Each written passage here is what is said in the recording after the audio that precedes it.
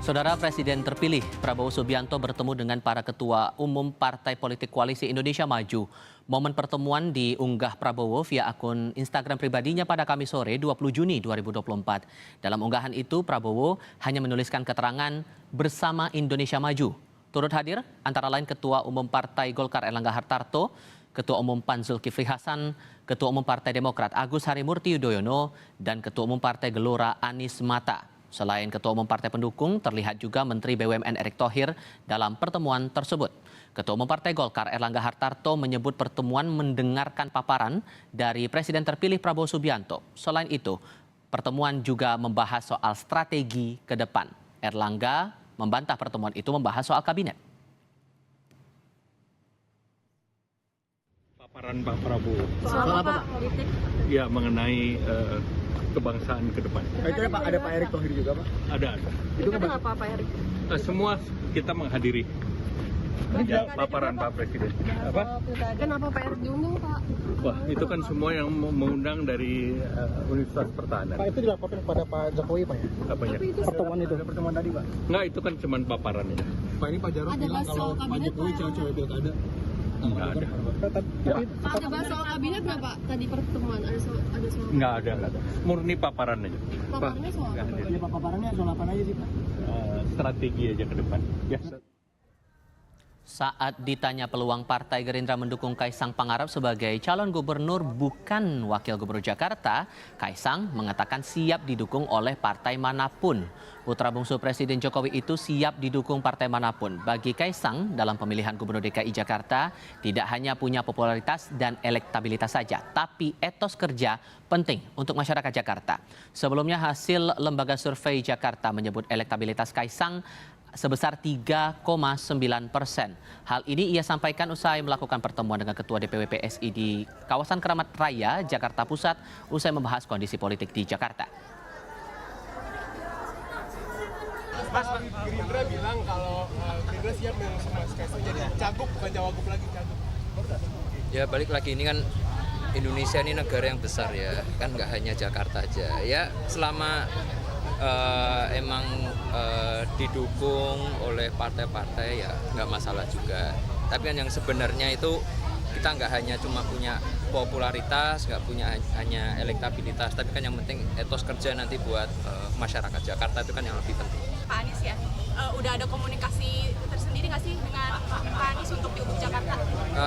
Selama ini belum ada komunikasi, tapi sekedar info aja ya buat teman-teman semua, dan saya kira sudah tahu Pak Anies sama saya ini kan beda. Udah ya, yuk. Partai Gerindra menegaskan hingga saat ini peluang nama yang akan maju di Pilkada Jakarta masih dinamis. Ada Ridwan Kamil yang dianggap sosok berprestasi di Jawa Barat meskipun baru di Jakarta. Ada pula putra bungsu Jokowi, sekaligus Ketua Umum PSI Kaisang Pangarep, dinilai Gerindra juga punya peluang yang sama bertarung di Pilkada Jakarta. Ridwan Kamil adalah sosok baru di Jakarta dalam konteks elektoral, walaupun masyarakat secara nasional sudah mengenal beliau. Ini menurut saya punya kans yang besar untuk tampil setidaknya kompetitif lah, gitu kan, RK ini. Karena kan dia tokoh baru tapi orang sudah tahu prestasinya. Di Bandung 2 kali kan, ibu kota provinsi yang karakteristiknya mirip Jakarta. Kemudian di Jawa Barat sekali. Jadi orang tahu nih kapasitasnya, walaupun dia sosok baru. Kaisang juga memenuhi syarat ya untuk maju ya. Jadi saya sendiri nggak akan terkejut misalnya suatu saat Mas Kaisang maju. Nggak ada masalah menurut saya, tapi keputusannya nanti disampaikan.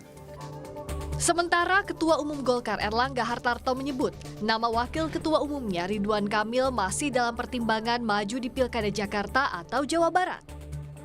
Erlangga menegaskan masih butuh proses untuk menetapkan calon gubernur Jakarta. Kalau pertimbangan Golkar melihat lebih baik di Jabar atau gimana? Ya nanti kami monitor. Kalau Kaisang sendiri, Golkar juga mengusung nama itu nggak Pak kira-kira? Masuk radar nggak? Nanti kita lihat. Pak, untuk koalisi pilkada benar 4+1 Pak, koalisi 4+1, satunya Pak Presiden Jokowi. Pak soal Mas Kaisang Untuk sempat partai kan yang harus mengusung pilkada yang usung partai-partai. Pak Ibas kan kemarin bilang udah sepakat semua Pak RK di Jakarta, itu gimana? Ya kan masih ada proses. Namun Ketua Umum PAN Zulkifli Hasan bersikukuh, Koalisi Indonesia Maju punya sinyal kuat majukan RK di Jakarta meskipun belum menentukan wakilnya. Ya kita kan kalau Jakarta Ridwan Kamil, wakil belum lagi dibahas ya. Golkar katanya melihat elektabilitasnya kan lebih rendah Pak, dan bakal orang ada ke Jabar Pak. Jadi gimana Pak? Gimana Pak? Ya nanti dibahas lagi. Yuk. Sejauh ini, Koalisi Indonesia Maju membuka peluang sejumlah nama kuat untuk maju di Pilkada Jakarta. Namun masih sedikit kemungkinan untuk mantan Gubernur Jakarta, Anies Baswedan. Sinyal sejumlah politisi mengarah ke sosok Ridwan Kamil terutama setelah pertemuan Jokowi dan koalisi pendukung pemerintah akhir Mei lalu dan putra bungsu Jokowi, Kaesang Pangarep. Apakah pertemuan Prabowo dan Koalisi Indonesia Maju semalam turut membahas kemungkinan majunya Kaesang itu? Tim Liputan, Kompas TV. Benarkah pertemuan pimpinan Partai Koalisi Indonesia Maju tadi malam salah satunya membahas agenda politik terdekat yakni Pilkada termasuk di Jakarta serta peluang mengusung putra bungsu Jokowi Kaesang Pangarep? Kami diskusikan bersama Ahmad Doli Kurnia, Wakil Ketua Umum Partai Golkar, dan Siti Zuhro selaku pengamat politik dari Badan Riset dan Inovasi Nasional atau BRIN. Selamat sore semuanya, apa kabar? Selamat sore. Assalamualaikum warahmatullahi wabarakatuh. Sudah hadir bersama kami. Waalaikumsalam warahmatullahi wabarakatuh.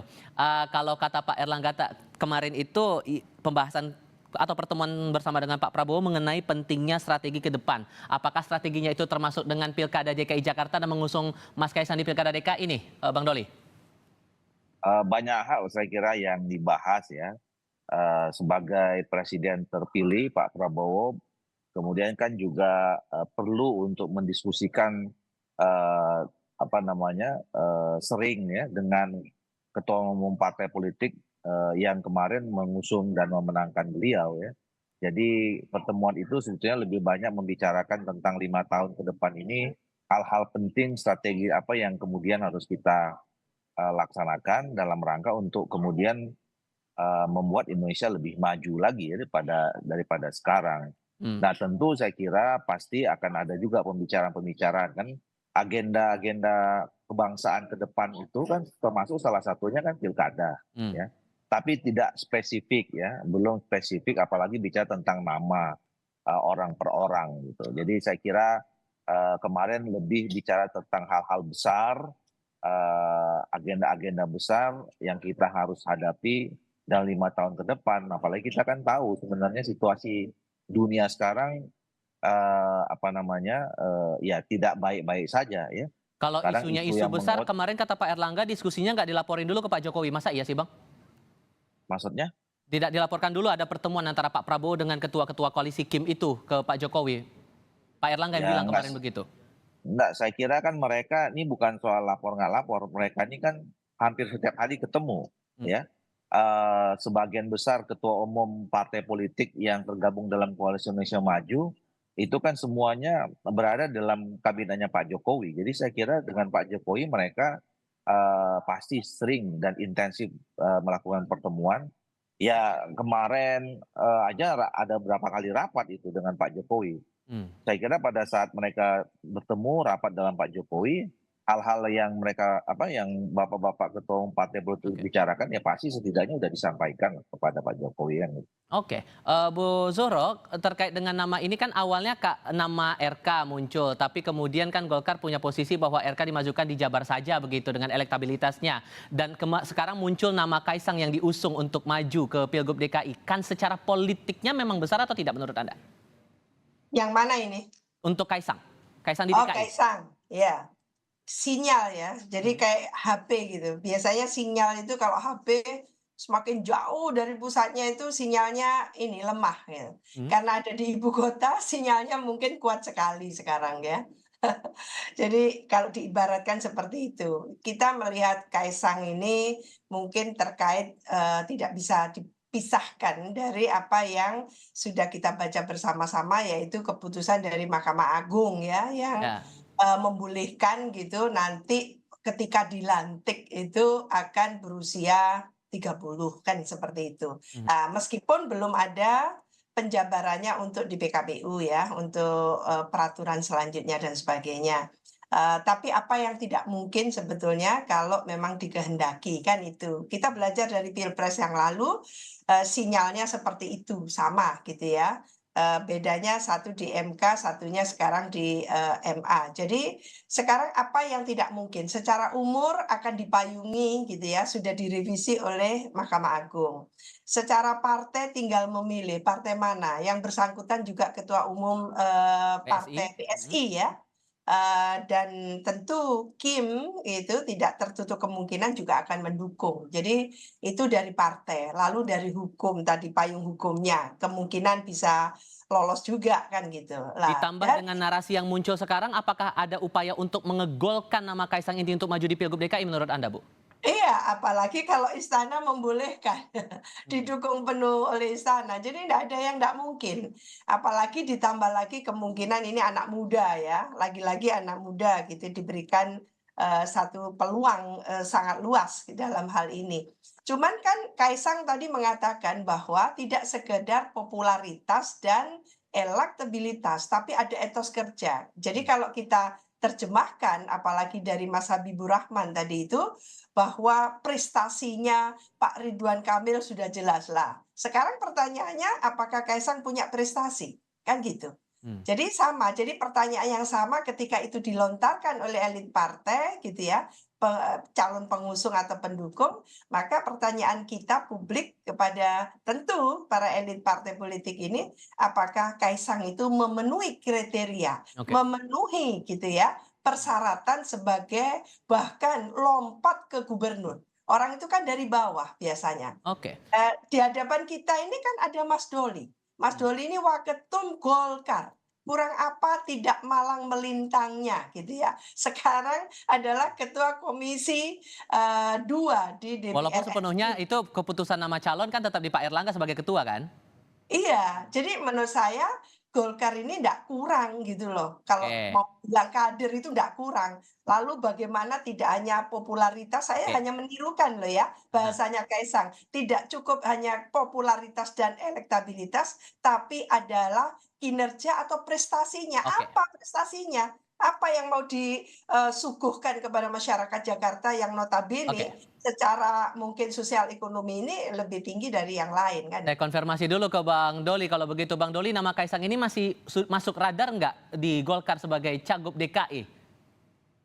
Jadi begini, kalau Golkar, kenapa beberapa minggu atau sebulan terakhir ini kan terjadi semacam apa namanya ya, dinamika lah ya berkaitan dengan soal Ridwan Kamil di Jakarta atau di Jawa Barat ya. Ukuran kami adalah kita berupaya untuk mengambil keputusan dibantu dengan pendekatan saintifik ya, berdasarkan hasil survei tentunya gitu. Nah, makanya kalau kemarin terakhir saya sampaikan, kalau kita beranjak dari posisi Ridwan Kamil, sekarang Ridwan Kamil itu lebih punya peluang besar di Jawa Barat dibandingkan Jakarta. Kalau berdasarkan elektabilitas, kalau berdasarkan hasil survei. Nah, elektabilitas itu kan nyambung dengan apa yang disampaikan oleh Mas Kaisang dan Prof. Wiwi barusan tadi. Itu elektabilitasnya akan meningkat kalau misalnya seseorang populer dan kemudian dia dianggap pernah punya prestasi-prestasi. Kan itu kan efeknya itu sebetulnya gitu. Nah, makanya sekarang menurut saya kita buka aja opsi. Kalau misalnya peluang Ridwan Kamil lebih besar di Jawa Barat, idealnya buat Golkar sekarang memang Ridwan Kamil itu di Jawa Barat. Nah, terus pertanyaan Jakarta gimana? Nah, kita buka lagi aja sekarang. Muncul nama-nama baru ya. Kemarin saya sebutkan misalnya Gerindra sendiri itu cuma punya tokoh. Ada namanya Ariza Patria, ketua Gerindra Jakarta, pernah jadi wakil gubernur gitu misalnya. Nah, terus kemudian ada juga yang mengatakan kalau di Koalisi Indonesia Maju, di PAN, kemudian di Gerindra juga ada masih dulu kita pernah sebut Budi Jiwandono gitu ya, ada Mbak Saras gitu misalnya. Terus di PAN misalnya punya Pak Eko Patrio ya dan lain-lain. Nah, termasuk kalau kita bicara Koalisi Indonesia Maju, ya di PSI juga ada Mas Kaisang gitu. Nah, ini nama-nama kemudian ya kita sodorkan saja kepada masyarakat ya. Nanti kita lihat mana yang paling visible berdasarkan kita lihat nanti elektabilitas gitu yang tadi. Apakah ada permintaan juga dari Pak Jokowi untuk memasangkan Kaisang ini di Pilgub DKI, Bang Doli? Saya kira pembicaraannya sampai sejauh ini itu masih pembicaraan antar ketua umum partai politik yang tergabung dalam Koalisi Indonesia Maju ya. Formalnya itu kenapa? Karena kan nanti yang mengusung kan partai-partai politik gitu. Jadi pembicaraannya nanti berawal dari ketua umum partai politik dan berakhir juga pada ketua umum partai politik. Bahwa di antara keputusan pembicaraan awal sampai keputusan berkomunikasi dengan yang lain, menerima masukan dari siapa saja, termasuk masukan dari Pak Jokowi, itu kan biasa-biasa saja. Oke. Kalau kemudian jadi nih Bu Zuhro, Kaisang maju di Pilgub DKI dan sekarang nama yang juga muncul adalah nama Anies Baswedan. Head to head dua tokoh ini, kemungkinannya gimana? Iya, pastinya Jakarta beda ya dengan daerah lain dan jangan lalu diidentikan, dianalogikan dengan Pilpres. Ini beda. Jakarta tentu beda dengan makro Indonesia ketika Pilpres. Maka Jakarta ini punya karakteristiknya sendiri dan punya sejarahnya pemilu sebelumnya, pilkada sebelumnya. Jadi dalam konteks ini tentu masyarakat Jakarta akan bertanya, apalagi punya gitu ya, satu legacy dari Pilpres kemarin yang membuat mungkin banyak yang kecewa. Lah, kalau menurut saya hitung-hitungan politik yang disampaikan oleh Dr. Doli Karunia tadi itu menurut saya bagus sekali. Bahwa partai itu akan menghitung siapa yang akan diusung dan didukung sepenuhnya. Jadi bukan diusung untuk kalah, tapi diusung untuk dengan hitungan akademisnya itu betul-betul bisa dipertanggungjawabkan. Jadi partai politik lah yang harus bertanggung jawab dalam hal ini ya. Tidak sekedar, oh ini kalau anaknya presiden pasti menang. Lah hal yang seperti itu aneh bagi kita yang belajar politik atau belajar demokrasi ya. Dari perspektif demokrasi ini sangat tidak bisa dipertanggungjawabkan. Dan masih mungkin nggak kira-kira Kaisang ini bisa jadi kuda hitam gitu nanti saat Pilgub DKI berlangsung? Iya, punya hak lah kalau memang mau dipaksakan meskipun umurnya belum mumpuni gitu ya. Silakan saja, tapi masyarakat akan memilih siapa yang paling tepat ya. Apalagi melawan Anies. Anies ini sudah menunjukkan 5 tahun tanpa ada katakan gitu ya catatan-catatan hitam atau mungkin tersandung oleh kasus korupsi dan sebagainya lah. Menurut saya di situ yang bisa nanti dikompetisikan. Kalau kompetisi itu yang setara Mas Tifal menurut saya jangan kelas berat melawan kelas bulu, jangan. Harus timpal setara gitu ya. Supaya nanti kontestasi di Pilkada DKI itu betul-betul asik gitu ya, memberikan pembelajaran itu. Baik, Bang Ahmad Doli Kurnia dan Bu Siti Zuhro, terima kasih banyak sudah hadir dalam diskusi kami kali ini. Selamat sore semuanya.